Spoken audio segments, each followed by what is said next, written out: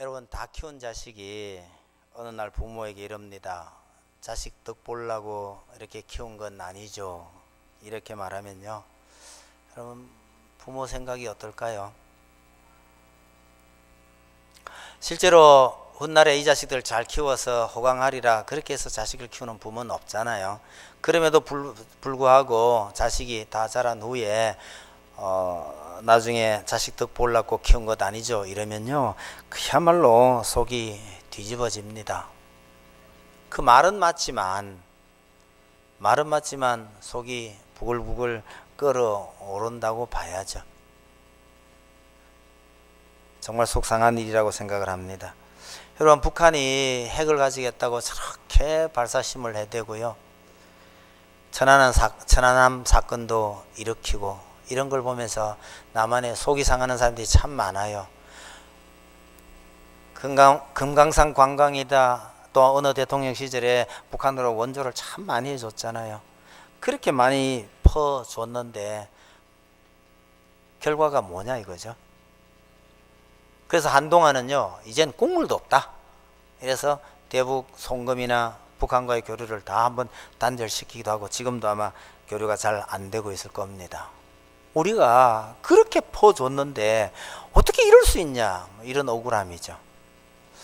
여러분, 자식들이 어떻게 이럴 수 있느냐, 아니면요, 우리가 그렇게 도와줬는데 그럴 수 있냐, 이런 마음을 만약에 하나님께서 품으시면 어떻게 될까요?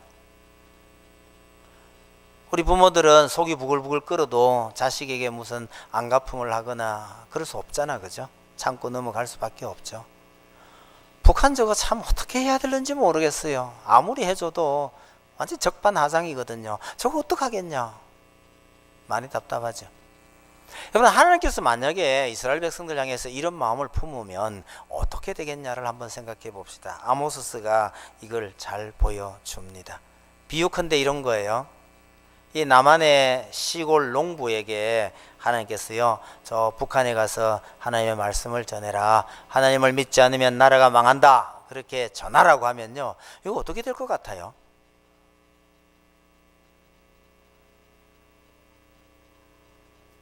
북한 사람들이 생각할 때 남한 사람이 넘어왔다 그러면요, 일단 환영 안 하실 것 같아요.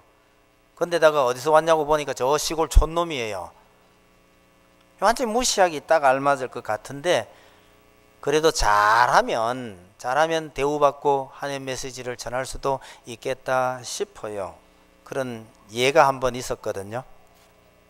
오래전 일입니다만 어느 여학생 하나가 넘어갔죠. 지금은 국회의원이 돼 있어요. 여전히 이런 말 저런 말은 많이 납니다만은 지금은 국회의원이 돼 있는 그분이 옛날 대학생 시절에요, 북한에 올라가서 뭐 청년 무슨 축제인가 거기에 참석했다가요, 북한에서는요 통일의 꽃이라고 불리면서 인기가 대단했다고 그래요. 기회를 잘 타고 방법만 잘 선택을 하면, 아, 북한에 가서 하나님의 말씀을 전할 수도 있겠구나, 그런 생각이 들기는 합니다. 일단은 우리 생각에는 남한 사람이 북한에 가서 하나님의 말씀을 외쳤다 이랬다가는 아마 살아남기가 어렵겠죠. 그런데 요령껏 잘하면 어떨까요? 북한에 가서요, 제일 먼저 하는 얘기가 미국은 이런 죄 때문에 망한다, 이러면 북한 사람들이 뭐라 그러겠어요? 잘 들어주겠죠. 중국도 옛날부터 우리가 우방 사이로 지내더니 요새 마음 변했는데 저 중국도 한번 두고 봐라, 이러면요, 박수 칠 거라고 생각해요. 일본도 욕을 하면 좋겠죠. 근데 거기 가서요, 남한 사회가 지금 저 모양이지만 얼마 못 가서 무너질 거다, 이러면요, 북한 사람들 얼마나 좋아하겠어요. 아마 박수 칠걸요. 그러게 박수 받는 가운데 뭐라 그러냐면요, 너희 북한은 어떤지 아느냐, 이러면서 북한의 잘못을 지적하면요, 북한 사람들이 굉장히 당황해질 거다, 그런 생각이 들어요. 여러분, 제가 이 말씀 드리는 이유는 아모스가 행한 일이 꼭 이와 같다는 거예요. 여러분, 아모스 시절에 이스라엘은 남과 북으로 나뉘어져 있었거든요. 아모스는 남쪽 유다 사람입니다. 그리고 본인 스스로 시골 농부라고 그래요. 근데 하나님께서 말씀을 메시지를 저 북쪽 이스라엘에 갔어. 북이스라엘에 가서 하나님의 메시지를 전하라고 시키셨단 말이에요. 어떻게 본다면 이건 말도 안 되는 일인데 아모스가 하나님 말씀에 순종해서 북이스라엘로 갑니다. 가서 하나님의 메시지를 전해요. 처음에는 어떻게 하느냐면요, 그 주변 나라들의 죄를 지적을 해요. 이스라엘을 빙 둘러싸고 있는 나라들을 전부 하나하나 열거해 가면서 이 나라는 이런 죄로 인해서, 이 나라는 이런 죄로 인해서 쭉 지적을 합니다. 그러다가 한 바퀴를 빙 둘러서요, 남쪽 유다까지 옵니다. 남쪽 유다는 이런 죄로 인해서 하나님에게 벌을 받을 수밖에 없을 것이다. 그랬으니 그러니까 북한이 아니고 북쪽 이스라엘 사람들이요, 얼마나 아모스의 그 메시지에 열렬히 환영했을까 짐작이 갑니다. 근데 마지막에 북한의 죄에 대해서 지적을 하는 거예요. 아까 비유처럼 이렇게 한 바퀴 쭉 돌고 남한은 이렇게 망한다 이야기 해놔놓고 그 다음에 북한 너희는 어떠냐 그러면서요, 북한이 저질렀던 과거의 잘못들 쫙 나열을 한번 해보세요. 난리가 날걸요.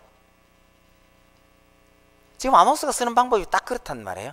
한 바퀴 빙 두르고 남쪽 유다의 죄를 지적하고 난 다음에 북이스라엘 사람들요, 저런 말 잘한다 맞다 하고 박수치고 있는데 북이스라엘의 죄에 대해서 상세하게 지적을 합니다. 북이스라엘 사람들이 반응이 어땠을지 참 궁금해요. 아니, 주변의 여러 나라들 포함해서 남쪽에 있는 유다까지도 하나님의 징벌을 받는다, 맞는 말이겠지만 하나님께서 자기들을 징벌하신다? 여러분, 하나님을 섬기지도 않으면서 자기들은요, 하나님의 택한 백성이라고 믿고 있던 사람들입니다. 이 아모스가 주변 나라들을 전부 지적하고 잘못을 책망할 때에 북이스라엘 사람들은요, 그 칼날이 자기들을 향하고 있다고는 아마 전혀 상상도 못하고 있었는데 어느 순간에 그 칼날이 자기들을 지적하면서 이스라엘의 죄를 지적하고 있더라는 거예요. 이 부분만, 이스라엘 백성들을 향한 그 죄를 지적하는 부분만 조금 더 자세히 한번 보려고 합니다. 여러분 6절 한번 보세요. 6절이 아니고요, 2장 1절. 거기 보시면 여호와께서 이같이 말씀하시되 모압의 서너 가지 죄로 말미암아 내가 그 벌을 돌이키지 아니하리니. 그런데 아직 북이스라엘까지 안 왔습니다. 모압을 먼저 이야기를 해요. 물론 모압 앞에 여러 나라가 또 있습니다만 그건 1장의 이야기인데 이 모압의 죄를 지적하는 것하고 아주 유사한 형태이기 때문에 모압만 먼저 보겠습니다. 서너 가지 죄라고 그랬죠. 서너 가지 죄라고 번역이 되어 있는 이 말은 정확하게 번역을 하면요, 모압의 세 가지 죄들과 그리고 넷, 이 말입니다. 이걸 우리말로는 서너 가지라고 번역을 했는데 뒤에 나오는 문맥하고 연결시켜 보면 서너 가지라기보다는 7가지라고 보는 게 좋을 듯해요. 왜 그러냐니까 뒤에 가보면 이스라엘의 죄를 지목할 때에 헤아려 보면 그 죄가 7가지예요.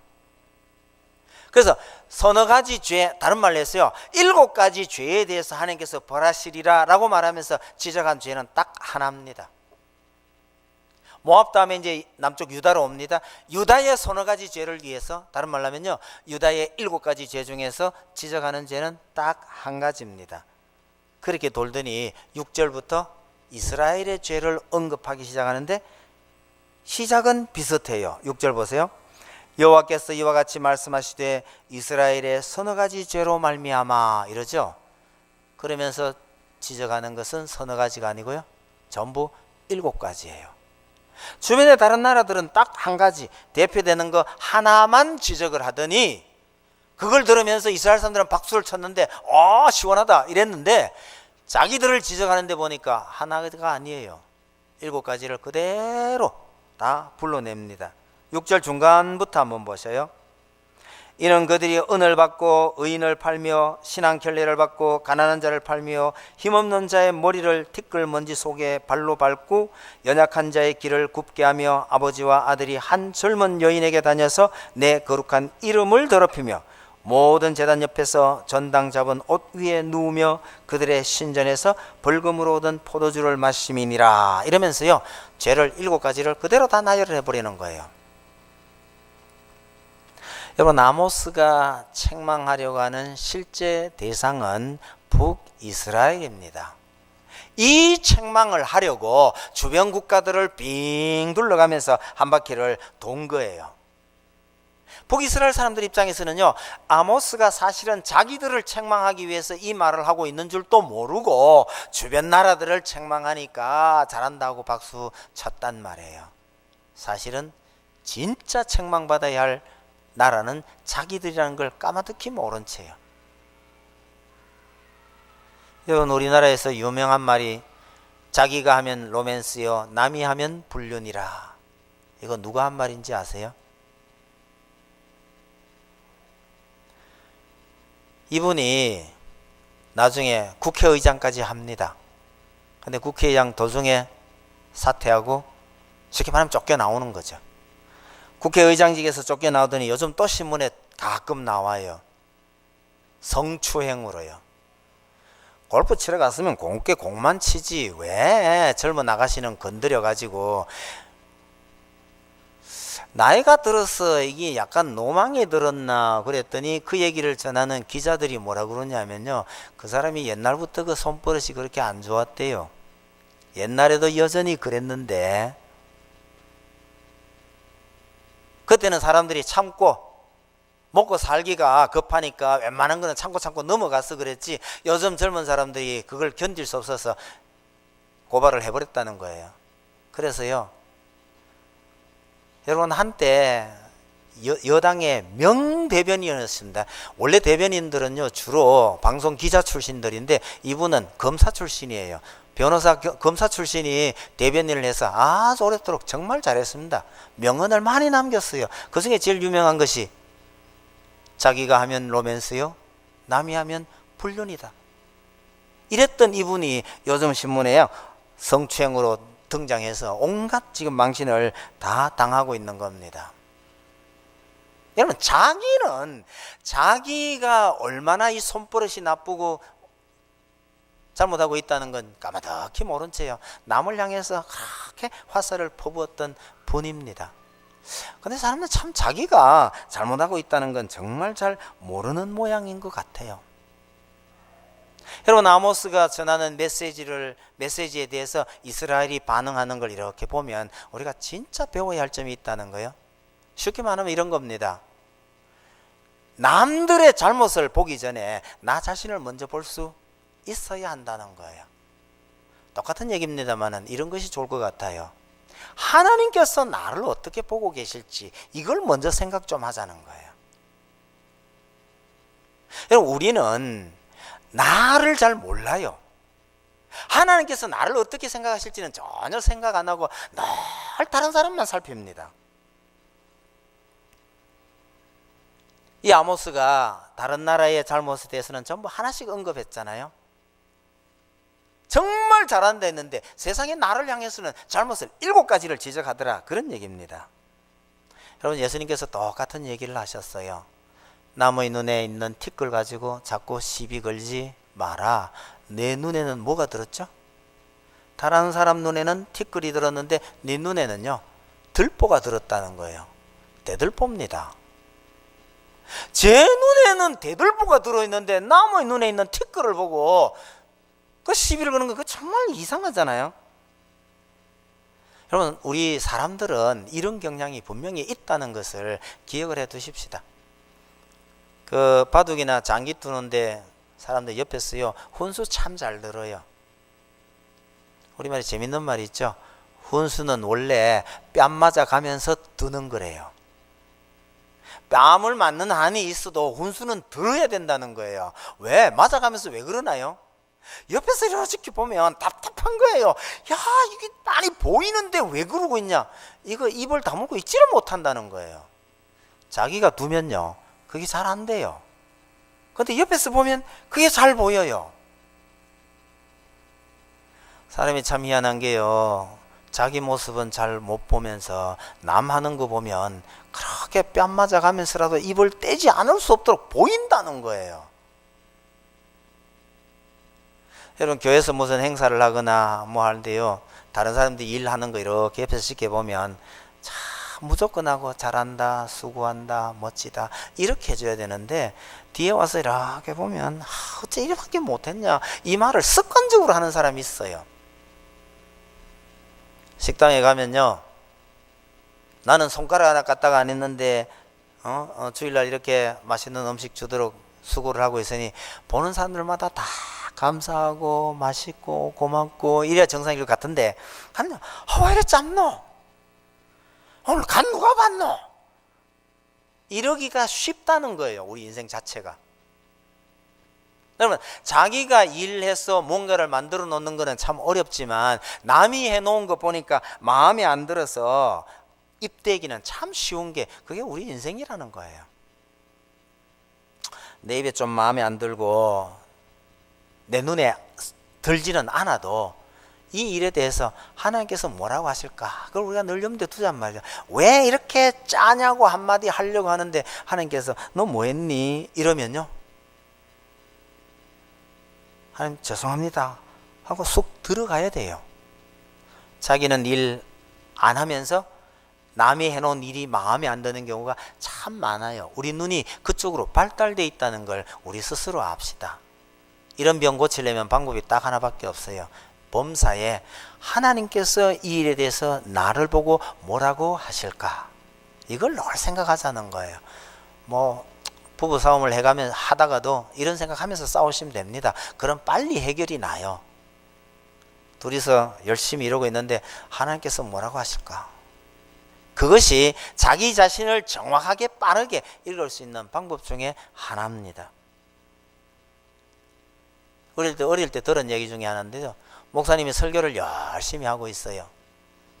근데 이 목사님이 열심히 설교하고 있는데 이걸 왕창 시켜버리는 딱 한마디가 있어요. 사모님이 저 뒤에 앉아가지고요, 딱 한마디만 하면 목사 설교 완전히 묵사발 돼버려요. 뭐라 그런지 아세요? 사모님이 저 뒤에 앉아서, 여러분, 우리 믿는 성도가 이러고 있는데요, 뒤에서요, 지는 이거 한마디면 설교 끝나는 거예요. 지는 하면 두 글자죠. 이걸 세 글자로 하는 방법도 있어요. 말이싸. 이거 경상도 사투리가 됐어요. 말이싸. 무슨 뜻이에요? 말로야 뭔 소리를 못하냐, 그 말입니다. 아니, 앞에서 그래 열내고 있는데 저 뒤에 앉아 사모님이요, 말이싸. 이거 한마디면요 끝나는 거예요. 여러분, 남이 수고하고 애쓰는 걸 허물어뜨리는 거는 너무 쉬워요. 물론 그런 소리 듣는 목사님이 뭐 좀 말만 그러고 잘 못하니까 그런 말 나오는 거겠죠만은, 어쨌거나 하기는 어렵지만 그거 이렇게 뭉개는 것은 너무너무 쉽다는 거 기억하셔서, 여러분, 남의 수고를 무너뜨리는 거, 남의 흠을 찾아내는 거, 이런 것보다는요, 나 자신을 먼저 살필 수 있는 이런 눈, 하나님께서 내게는 뭐라 하실까, 이걸 먼저 생각하는 것이 중요하다, 그렇게 말씀드리고 싶어요.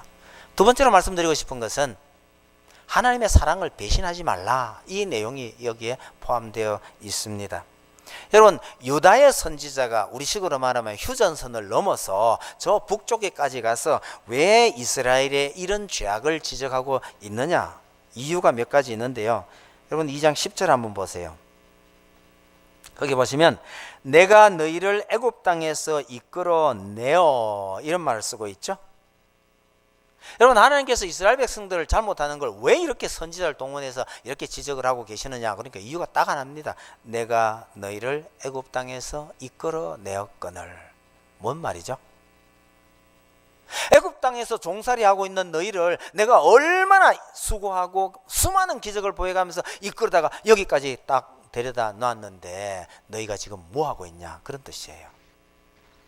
쉽게 말했어요, 너희가 지금 내 말을 거역하고 나를 배신하고 있는 것 아니냐, 이런 책망입니다. 그러니 남쪽 유다에서 선지자가 올라와서 이 죄를 지적하고 있는 거예요. 단순히 너 나쁜 놈이다 이런 게 아니에요. 내가 애굽에서 너희를 건져다가 여기까지 갖다 놨는데 왜 내 말을 거역하느냐, 이런 얘기거든요. 이걸 잘 보여주는 표현 중에 하나가 3장 2절 한번 보세요. 3장 2절에요. 내가 땅의 모든 족속 가운데 너희만을 알았나니, 이럽니다. 그 뒤에 그러므로 하고 나오는 게 있죠. 징계하는 이유가 뭐냐면요, 땅의 모든 족속 중에 너희만 알았기 때문에 내가 너희를 징계하겠노라, 이렇게 말씀하셔요. 이게 자연스럽게 이해가 됩니까? 땅의 모든 백성 중에 너희만 알았기 때문에 내가 너희를 징계하고 보응하겠다, 그런 얘기입니다. 무슨 뜻이에요? 땅의 모든 민족 가운데 너희만 알았다라는 얘기는요, 수많은 민족 가운데 내가 너희들에게만 사랑을 쏟았다는 거예요. 은혜를 베풀었다는 거예요. 그런데 왜 나를 배신하느냐, 이 말이거든요. 돌아가서 9절 한번 보세요. 내가 아무리 사람을 그들 앞에서 멸하였나니 그 키는 배악목 높이와 같고 강하기는 상수리나무 같으나 내가 그 위에 열매와 그 아래의 뿌리를 진멸하였느니라. 무슨 얘기냐면, 이 아모리 사람들은요, 백악목과 같고 상수리나무 같아서 아주 강한 나무예요. 튼튼한 나무예요. 쉽게 말해서 너희가 상대할 수 없는, 너희가 싸워서 이길 가능성이 전혀 없는 강하고 튼튼한 민족인데, 그 민족을 내가 싹 진멸했다는 거예요. 누굴 위해서요? 너희를 위해서.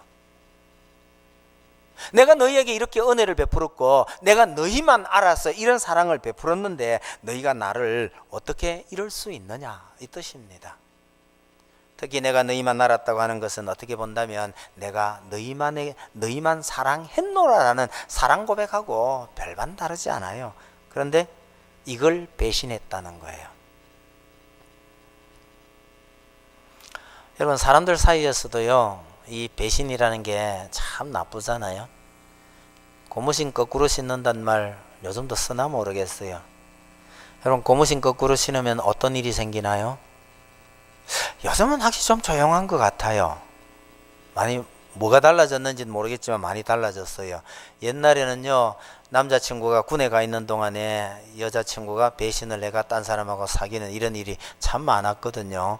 그러면 남자들이 주로 총 메고 도망을 나오는 거죠. 그리고 다방 같은 데 죽치고 앉아가지고 누구 불라독 하고 총 쏴제끼고 이런 일 굉장히 많았어요. 근데 최근에는 그런 일이 별로 기사가 안 나는 걸로 봐서 그런 일이 없어졌는지 아니면요, 군에 가 있어도 바깥하고 소통이 잘 돼가지고 어떤지 잘 모르겠어요. 여하튼 이런 걸 옛날에 고무신 거꾸로 신는다고 그랬거든요. 이거 굉장히 위험한 일입니다. 조강지쳐 버리는 거요. 요즘도 그런 드라마가 있는지 모르겠지만 소위 막장 드라마 있잖아요. 조강지처를 버리고 자기 회사 사장님하고 딸하고 뭐 어찌어찌 했는데 이 조강지처가 나중에 어찌어찌 해가지고 다시 원수 갖고 뭐 하는 이야기, 이런 거요. 이게 참 나쁜 겁니다. 결혼해 주겠다고 핑계를 대고요, 온갖 단물 다 빼먹고 나 몰라라 하는 이런 것도 이게 굉장히 악질적인 범죄예요. 근데 여러분, 하나님의 사랑을 그런 식으로 배반한다면 이거 어떻게 되겠냐, 이 말입니다. 아모스가 전하는 거는요, 하나님께서 세상의 모든 민족 중에 너희만 알고 내가 너희에게 이렇게 사랑을 베풀었는데 너희가 어떻게 해서 이걸 배신할 수 있느냐, 이런 책망이에요. 연애하다가 헤어진 사람을 위로한답시고 뭐 흔히 잘 하는 얘기가요, 여자가 어디 그 한 사람뿐이냐, 세고 센 게 여자 아니냐, 이럽니다. 여러분, 그러면 위로가 될까요? 혹시 되는 사람 있어요? 그래, 알았어, 잊어버리고 또 다른 사람 찾으면 될 거 아니야. 그런 말에 위로가 된다는 것은 제대로 사랑하지 않았다는 뜻입니다. 여러분, 진짜 사랑했는데 아니 내 가진 거 다 내 온 마음 들여가지고 사랑했는데 나를 배신했다? 옆에서 위로가 안 됩니다. 잘하면요, 질투의 화신이 돼서 무슨 사고를 치게 될지도 모릅니다. 진짜 사랑했기 때문이라고 할 수가 있는 거죠. 여러분, 하나님은 어떨까? 하나님께서 이렇게 배신을 당하면 어떻게 될까? 이런 걸 한번 생각해 볼 필요가 있습니다. 여러분, 하나님은 사랑을 해도요, 지독한 사랑을 하시는 분이에요. 어설픈 사랑하는 거 아닙니다. 뭐 이렇게 사귀어 보고 괜찮으면 뭐 또 좀 더 사귀어 보고 시원찮으면 헤어지면 될 거 아니야. 이런 식 사랑요. 이건 별로 안 좋아요. 잘 생각해서 한 사람을 선택했으면 좀 마음에 안 들어도 끝까지 가는 거, 이런 것이 좀 좋아 보이는데요. 너무 쉽게 만나고 너무 쉽게 헤어지고 그러는데, 여러분, 하나님은 사랑을 어떻게 할까요? 여러분, 하나님은 사랑을 해도 정말 지독하게 사랑하는 분입니다. 그렇게 수준 낮은 어설픈 사랑하시는 분 아니에요. 사람을 만드셨거든요. 사랑해서 사랑할 대상으로 사람을 만드셨어요. 얼마나 사랑했으면 결국은요, 독생자까지 희생시킵니다. 이 사랑을 이루기 위해서. 누구의 사랑을 얻기 위해서 돈 몇 푼 쓰는 정도가 아니에요. 자기의 가장 사랑하는 독생자까지 희생시켜가면서 끝까지 사랑하겠다고 하는 게 이게 하나님의 사랑인데, 하나님의 사랑은 어떤 의미에서 정말 지독한 사랑입니다. 그런데 이런 사랑을 배신해도 아무 일 없을까요? 여러분, 사람의 사랑도 배신을 하게 되면 탈이 나는 경우가 참 많아요. 저 지금 기억나는 것만 해도요, 저희들 대학 다닐 때 학교 구내에서 살인사건이 몇 건 일어났었어요. 다 이런 거예요. 아주 오래됐습니다만은 옛날 의령의 우순경 사건도 있어요. 순경이니까 총을 만지잖아요. 총 들고 가서 자기 처갓집이 될 뻔한 식구들을 다 죽인 거예요. 여러분, 사람의 사랑도 배신하면, 자칫하면 얼마나 위험할 수 있는데, 하나님의 사랑을 배신하면 어떻게 될까요? 하나님은 사랑이시라 이러니까 너무 좋은 분만 같아 보이지만, 제가 요즘 출애굽기 공부하면서 제가 물었더니 이 표현이 나왔어요. 참 재밌어요. 여러분, 하나님은 뒤끝이 있을까요? 없을까요? 하나님은 뒤끝이 있을까요? 없을까요? 여러분, 하나님은 자기 백성들의 죄를 용서하실 때는 정말 깨끗이 용서하고 깨끗이 잊어버리시는 분인데, 이거 갚아야 되겠다라고 생각이 딱 드시면 그 뒤끝이 무섭습니다. 하나님 뒤끝 있는 분이에요. 뒤끝 있는 정도가 아니고요, 그 뒤끝이 정말 무서워요. 하나님께서 이스라엘 백성들에게 시내산에서 나타나셔서 너희가 내 백성이 되겠냐고 했을 때 백성들이요, 너무너무 두렵고 떨렸어요. 하나님 백성 되겠습니다. 하나님 하라는 대로 다 하겠습니다. 이래서 하나님께서 십계명을 주셨고, 모세야 산 위로 올라와라. 산 위에 올라가서 40일 동안 하나님과 함께 거주하는 동안에 이스라엘 백성들 밑에서 금송아지 만들었어요. 하나님께서 모세 보고 뭐라고 했냐면요, 모세야 빨리 내려가 봐라. 저 발음을 제가 어려울지 모르니까 잘 들어주세요. 네가 애굽에서 인도하여 내 백성이 범죄하였도다 이럽니다. 누구 백성요? 내 백성이. 여러분, 이스라엘은 모세의 백성이에요? 하나님의 백성이에요? 하나님의 백성이죠. 근데 그 하나님께서 뭐라고 하시냐면요, 네가 애굽에서 인도하여 낸 내 백성이 부패하였도다 내려가라 이러는 거예요. 누구 백성이라고요? 여러분, 모세가 하나님께 매달려 기도합니다. 직설적으로 말하면 이런 거예요. 하나님, 그게 어디 내 백성입니까? 하나님 백성이지요. 그래서 하나님 그 앞에서 간절히 빌어요. 하나님, 주의 백성 이러면서요, 주의 백성을 용서하옵소서 이러고, 절대 그러지 마십시오. 그렇게 기도하고 이러고 있습니다. 여러분, 그 장면 참 재밌어요. 하나님은 저 이스라엘 백성들요, 모세를 보고 내 백성이라 그러고요, 모세는요, 그게 어디 내 백성입니까? 하나님 백성이지요. 전부 멸해버리겠다 그랬을 때 모세가 그렇게 빌었더니 하나님께서 알았다, 그분은 안 내릴 테니 어쨌든 빨리 내려가 봐라. 내려가가지고 모세가요, 그 우상 다 깨부시고 다 수습해 놔놓고 다시 뛰어 올라옵니다. 올라왔더니 하나님께서요, 뭐 돌판 새로 만들고 가는 건 아시죠? 돌판 새로 만드는 게 그게 중요한 게 아니에요. 올라와서 하나님께 올라와서 모세가 또 하나님, 이 백성들 용서해 주옵소서 하고 열심히 기도합니다. 차라리 생명책에 내 이름을 지우는 한이 있더라도 이 백성들 용서해 주세요 하고 또 기도해요. 아까 용서 안 했나요? 성경이 참 재밌는 게 아까 용서하겠다고 얘기한 게 아니고요. 이스라엘을 전부 멸해버리고 너를 통해서 다른 민족을 세우겠다 했는데 모세가 이게 주의 백성인데 그러시면 안 됩니다 그랬더니 그럼 그거는 안 하겠다 이랬거든요. 이제 다시 올라와서 용서해달라고 막 빌어요. 할 수 없이 하나님께서 좋다, 용서는 해주겠다. 그러나 때가 되면 반드시 그 죄를 묻겠다. 그리고 너희들 앞서서 내 사자를 보내주겠다. 이렇게 이야기해요. 그러면 끝난 것 같죠? 여러분 성경 참 재밌습니다. 유심히 보셔요. 모세 기도가 끝이 나지 않아요. 왜 그런지 아세요?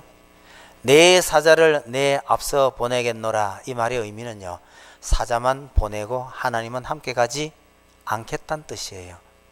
모세가요 산 내려가서 백성들 단속시켜놓고 또 올라옵니다. 또 올라와서 하나님, 사자를 앞서 보낼 일만 능사가 아니라 하나님께서 함께 가셔야 합니다고 또 매달려가지고요 결국은 하나님께서 모든 걸 풀고 같이 가겠노라 이렇게 됩니다. 여러분 모세가 얼마나 바빴을지 한번 생각해 보세요. 하나님 다 멸하겠다는 그거 제발 취소하시고 이거 내 백성 아니라 하나님의 백성이다 손에 발에 빌었죠. 좋아, 그럼 그렇게 하겠어. 그런 다음에는요 사자를 먼저 보내주겠다고 할 때 하나님 그것만으로는 안 됩니다, 하나님 함께 가셔야 된다고 몇 번을 빌어가지고 겨우 하나님께서 이스라엘 백성들과 동행을 하게 되는 장면이 나와요. 여러분 하나님은 뒤끝이 없고요 화통한 분이라고요. 여러분 우리가 하나님 앞에서 하나님의 자녀다운 모습으로 회개하고 돌이킬 때는 하나님께서 과거의 우리 모든 죄악을 깨끗이 잊으시는 분이면서도 또 한편으로는요 매를 좀 들어야 되겠다고 생각하시면요 뒤끝이 확실한 분입니다. 절대 그냥 넘어가는 분이 아닙니다. 여러분 사람 사이에서도 사람을 배신하면 그게 무서운 건데요 하나님께서도 하나님의 사랑을 배신하면 얼마나 무서운지 모릅니다. 2장 14절부터 한번 보셔요. 14절에서 16절까지요 이걸 네 글자로 바꾸면 어떻게 될지 한번 생각해 보세요. 빨리 다른 박질하는 자도 도망할 수 없으며 강한 자도 자기 힘을 낼 수 없으며 용사도 자기 목숨을 구할 수 없으며 활을 가진 자도 설 수 없으며 발이 빠른 자도 피할 수 없으며 말 타는 자도 자기 목숨을 구할 수 없고 용사 가운데 그 마음이 굳센 자도 그날에는 벌거벗고 도망하리라. 하나님께서 매를 들면요 이건 죽어봐라 그런 뜻입니다. 피할 수 있는 자가 아무도 없다 그런 뜻입니다. 여러분 수레에 곡식이 가득 실려 있으면 이게 복인가요? 농부에게 있어서 엄청난 복이죠. 근데 하나님께서 하나님의 말씀을 듣지 않으면 곡식에 수레가 가득 실려 있어도 이게 화가 될 수 있다고 말합니다. 그 위에 13절 보세요. 보라 곡식단을 가득히 실은 수레가 흙을 누름같이 내가 너희를 누르리니 이러죠. 곡식을 가득 실은 수레이기 때문에 진흙탕에서요 빠져나오지를 못하는 거예요. 화가 될 수도 있다는 뜻입니다. 여러분 우리 인생에게 하나님의 백성이 되는 것 이상의 큰 복은 없습니다. 그러나 우리가 하나님을 믿고 하나님의 자녀로 태어났다는 것은 그 다음에요 하나님의 자녀로 태어났으니 그 다음에 하나님의 자녀로 자라나야 한다는 뜻이거든요. 우리 그리스도인들이 하나님의 백성으로 자라나는 데 관심이 좀 적어요. 하나님의 말씀대로 살아가고 자라난다는 것은 하나님의 말씀대로 잘 살아가야 된다는 뜻이죠. 왜 아모스가 휴전선을 건너가서 북이스라엘에 가서 이렇게 말씀을 외치느냐? 그 많은 메시지의 핵심은 5장 24절에 있는데요 정의를 물같이 공의를 마르지 않는 강같이 흐르게 할지어다 라고 말합니다. 이스라엘이 하나님의 말씀에 따라서 공의롭게 살지 않았기 때문에 하나님의 이 엄청난 재앙을 불러들였다는 뜻입니다. 여러분 오늘 우리 사회를 바라보면요 참 부실공화국이에요. 세월호 사건 난 지가 얼마 됐다고요. 어제 아래 또 무슨 지하철 뚜껑이 눌려가지고요 또 그 애꿎은 사람이 그렇게 죽었어요. 여러분, 이게 한두 군데가 아니고요. 자세히 들여다보면 온전한 데가 한 군데도 없다 싶을 만큼 썩은 데가 많은 나라. 이러다가 어쩔까 싶은 생각이 드는 겁니다. 왜 그렇죠? 아모스가 그렇게 외쳤던 공의는 어디 가고 없고 편법에 부정에 몰상식에 이게 젖어 있으니 이 나라 구석구석이 이렇게 허물어져 가는 이걸 보면 오늘 우리 사회도 아모스가 그렇게 하나님 말씀을 전했던 북이스라엘과 별반 다르지 않다, 그런 생각이 듭니다. 우리가 살고 있는 세상이 이런 세상이라는 것을 우리가 기억을 합시다. 이런 세상 속에 살면서 하나님의 자녀라고 하는 우리 그리스도인들만이라도 하나님의 말씀을 따라서 살아가야 되지 않겠냐, 그렇게 생각을 합니다. 여러분, 오늘 본문을 두 가지로 정돈하면, 첫째는요, 남의 잘못을 살필 게 아니라 내 자신을 먼저 살펴야 한다는 겁니다. 이걸 다른 말로 하면 하나님께서 나를 뭐라고 하시는지 여기에 관심을 쏟자는 거죠. 또 두 번째는요, 우리가 이런 존재이지만 하나님께서 우리에게 엄청난 사랑을 쏟으셨는데 그 하나님의 사랑을 우리가 잊지 말자는 거예요. 이스라엘은 하나님의 그 사랑을 잊어버렸기 때문에, 말하자면 하나님의 그 사랑을 배신했기 때문에 하나님께서 이스라엘이 도저히 감당할 수 없는 엄청난 보응을 하시겠다고 하시는 겁니다.